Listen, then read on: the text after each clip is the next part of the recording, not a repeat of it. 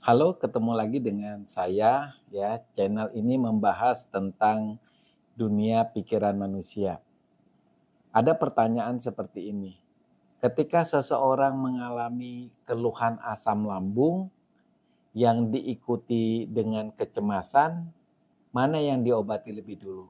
Asam lambungnya atau cemasnya? Untuk menjawab itu, dokter akan memberikan dua contoh ya, bagaimana suatu kasus di mana dimulai dengan asam lambung dulu, baru menimbulkan kecemasan, ada juga kecemasannya dulu, lalu timbul asam lambung. Dokter kasih contoh pertama, asam lambung kan bisa terjadi oleh banyak hal, misalnya oleh gangguan hormonal, misalnya pada wanita hamil.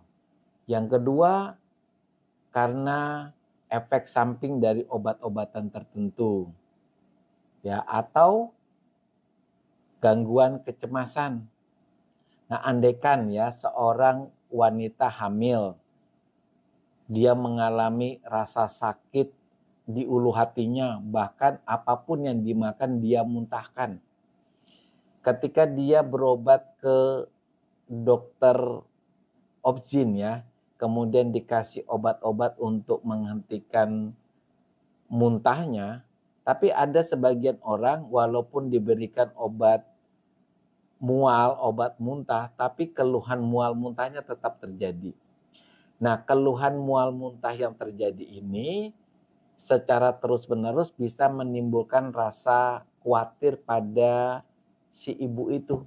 Dia khawatir bahwa jangan-jangan kalau ibunya setiap makan muntah nanti mengganggu perkembangan bayinya.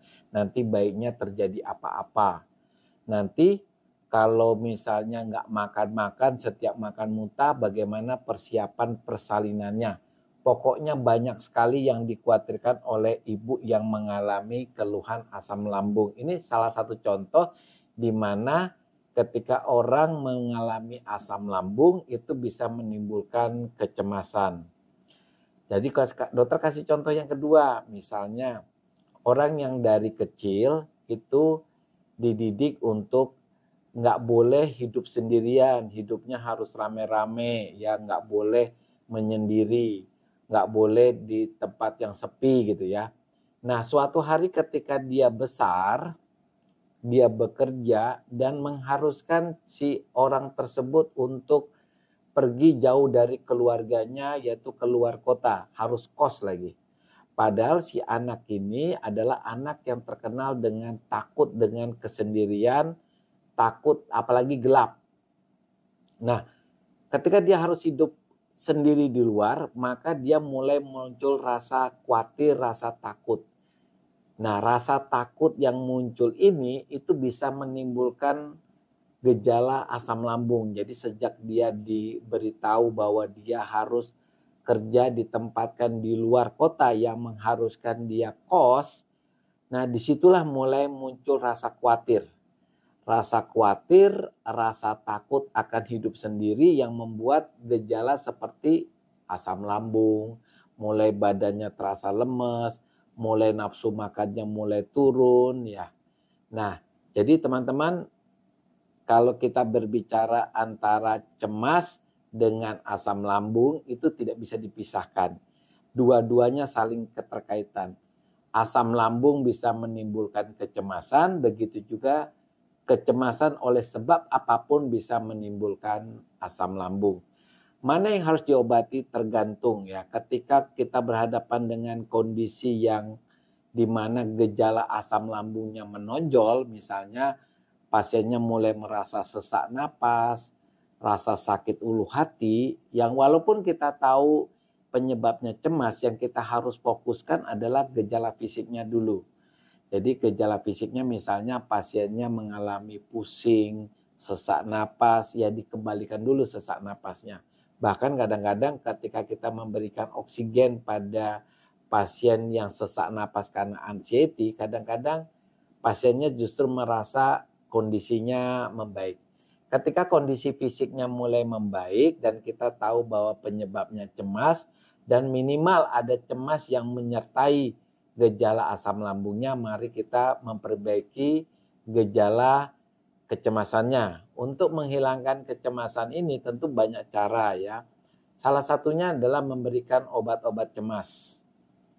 Yang kedua dengan melakukan yang namanya afirmasi positif. Ya, afirmasi positif itu adalah kalimat yang diucapkan berkali-kali, tentu kalimat yang positif yang bisa menggugah pikiran kita, yang bisa menyembuhkan pikiran kita.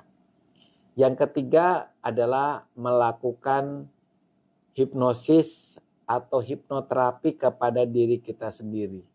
Nah, teman-teman yang belum tahu bagaimana caranya melakukan hipnosis kepada diri sendiri, mungkin teman-teman perlu membeli buku Self Hypnosis. Nah, di bawah ini dokter akan memberikan tempat di mana teman-teman bisa membeli buku Self Hypnosis. Dan teman-teman sudah tahu ya jawabannya. Jadi kapan kita memberikan pengobatan, apa yang diutamakan? Apakah cemasnya, apakah fisiknya, atau asam lambungnya? Kalau dalam keadaan stabil ya, jadi pasiennya mengatakan bahwa saya riwayat asam lambung, tapi saya sekarang lagi mengalami namanya rasa takut, cemas, tentu kita bisa fokus di cemasnya. Tapi kalau lagi mengalami serangan panik, di mana gejala fisiknya sangat menonjol, lebih baik kita obati fisiknya dulu, di mana setelah fisiknya stabil, baru kita fokus di kecemasan. Jadi teman-teman tetap semangat.